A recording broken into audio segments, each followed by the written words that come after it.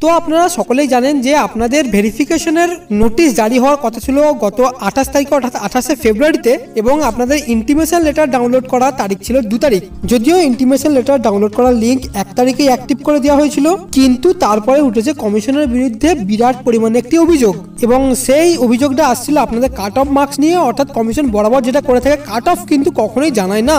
তো এরপরে কাট অফের বিষয়ে যখন সৌমিত্র বাবুকে জিজ্ঞাসা করা হয় যে কাট অফ অ্যাকচুয়ালি কত নেমেছে বা কি অনুসারে এই ডাকা হচ্ছে ক্যান্ডিডেটদের, তখন এই প্রশ্ন কানে আসা মাত্র স্কুল সার্ভিস কমিশনের চেয়ারম্যান সৌমিত্র সরকার জানিয়ে দেন, কাট অফ মার্কস না থাকলে আমি কি এমনি এমনি ডেকে নেবো? আমরা কি যাকে তাকে ডেকে নিচ্ছি নাকি? এরকম তো এসএসসি কখনো করে না। যদি করা হয় তাহলে আমিও করে দেবো। এটা ভেরিফিকেশন, এটা কোনো প্যানেল তৈরি নয়। প্যানেলে আমরা মার্কস দিয়ে করি, এটা কল ফর ভেরিফিকেশন। এরপরে আমরা তথ্য যাচাই করব। লোকে অযথা চিন্তা করে, তাহলে তো আমার কিছু করার নেই। অর্থাৎ একটি কথা এখানে স্পষ্ট, সৌমিত্রবাবুর কথা হচ্ছে এটাই যে আমরা কাট অফ ফোকাস না করে কোনো রকম ভুল করিনি। অর্থাৎ আপনাদের টেটে পাওয়া কাট অফ অনুসারেই ডাকা হচ্ছে, কিন্তু আপনাদের সেটা বলতে আমরা বাধ্য নই। এটাই হচ্ছে সৌমিত্রবাবুর কথা।